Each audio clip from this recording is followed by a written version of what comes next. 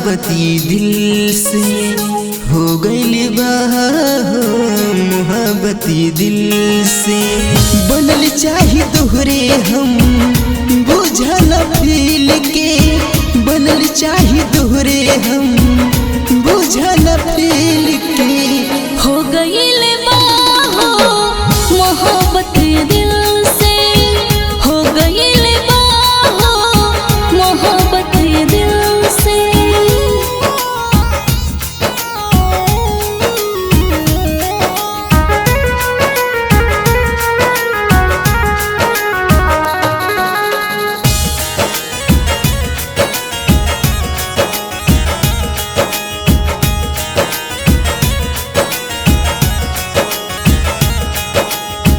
रूप तुहर लागे ऐसे बनल बाड़ू चांद जैसे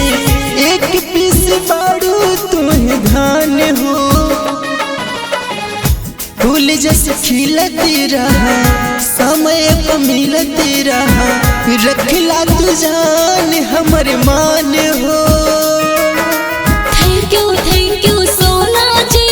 अब कुछ भी कहो ना जी मिलल बाड़ू जान तू ता बड़ी मुश्किल से मिलल बाड़ू जान तू ता बड़ी मुश्किल से हो गई मोहब्बत दिल से हो गई मोहब्बत दिल से।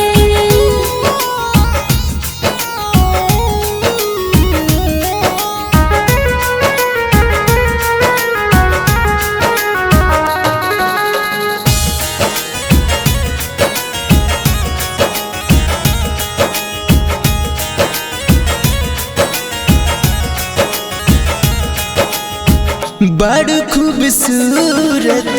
जान हो मुहूर्त आवतानी कोरावे में जान हो आवतानी पास हो बस तुम्हें सांस हो तोहरे लबाटे धड़ी कान हो तोहरे धन खजाना खुद ये दिल दीवाना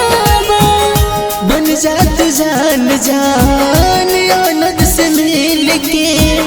बन जा तू जान जान